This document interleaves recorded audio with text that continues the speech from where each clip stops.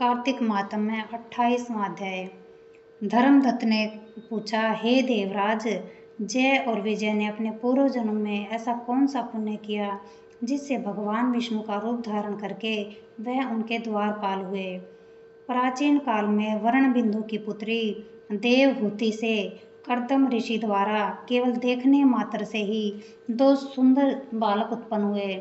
उनमें से बड़े का नाम जय और छोटे का नाम अजय हुआ। बाद में देवहूति के गर्भ से कपिल देव जी भी हुए। जय और अजय दोनों विष्णु जी के बड़े भक्त और धर्मात्मा थे। दोनों ही नित्य प्रति अष्टाक्षर मंत्र का जाप किया करते थे और विष्णु जी का व्रत करते थे।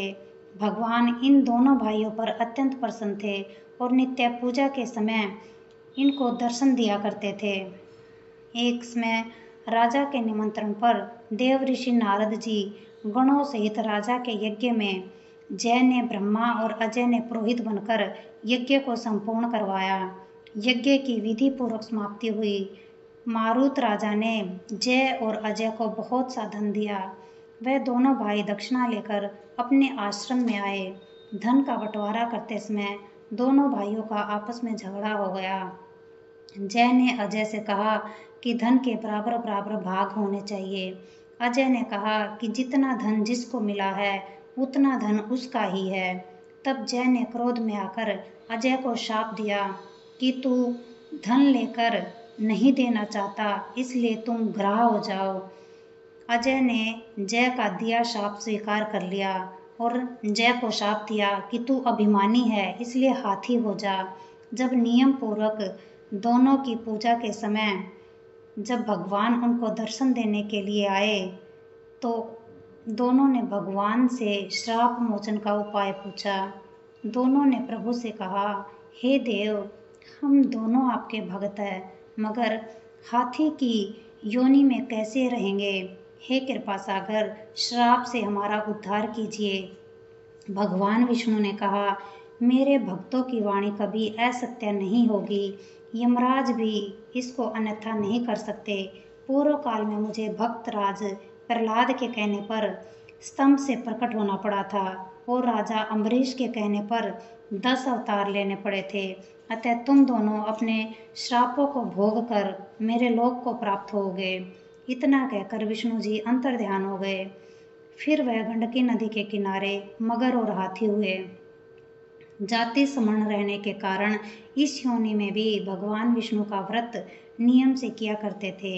एक दिन कार्तिक की पूर्णमासी को वह हाथी स्नान करने को गंडकी नदी में गया। तब पिछले जन्म का श्राप स्मरण करके मगर ने हाथी को पकड़ लिया, तो हाथी ने भी विष्णु जी का स्मरण किया। फिर क्या, तुरंत ही शंख चक्र गदा पद्मधारी भगवान ने अपने सुदर्शन चक्र द्वारा उन दोनों को अपने जैसा रूप देकर उन्हें बैकुंठ में ले गए। उसी दिन से उस स्थान का नाम हरि क्षेत्र प्रसिद्ध हुआ। चक्र के आघात से वहाँ के पत्थरों में भी चिन्ह बने हुए हैं।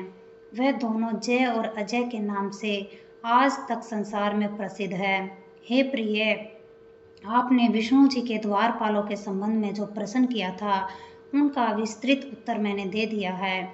इसलिए हे द्विज, तुम भी ईर्ष्या और द्वेष को त्याग कर नित्य भगवान विष्णु का व्रत करो। जगत के प्रत्येक जीवन को समदृष्टि से देखो। तुला, मकर और मेष की क्रांति में नित्य प्रातः स्नान किया करो। तुलसी वन की रक्षा किया करो। एकादशी व्रत किया करो। गौ, ब्राह्मण और वैष्णव की सेवा के लिए हर समय तैयार रहा करो। व्रत करने वालों को मसूर दाल और बैंगन के साग को कभी प्रयोग में नहीं लाना चाहिए। हे धर्मदत्त, ऐसा करने पर तुम शरीर त्याग कर हम लोगों के समान गति पाओगे। भगवान विष्णु को प्रसन्न करने वाले इस व्रत के समान फल देने वाला तीर्थ, दान और यज्ञ दूसरा और कोई नहीं है।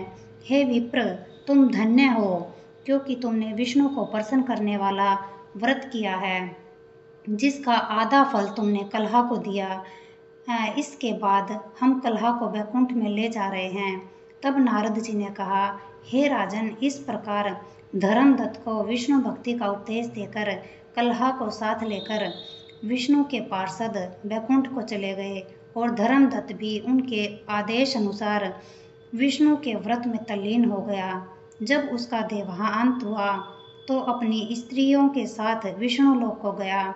हे राजन, जो कोई भी प्राचीन काल के इस इतिहास को सुनाता है और सुनता है वह अंत में विष्णु लोक को प्राप्त होता है। जय भगवान। सुख शांति, सुख शांति, सुख शांति।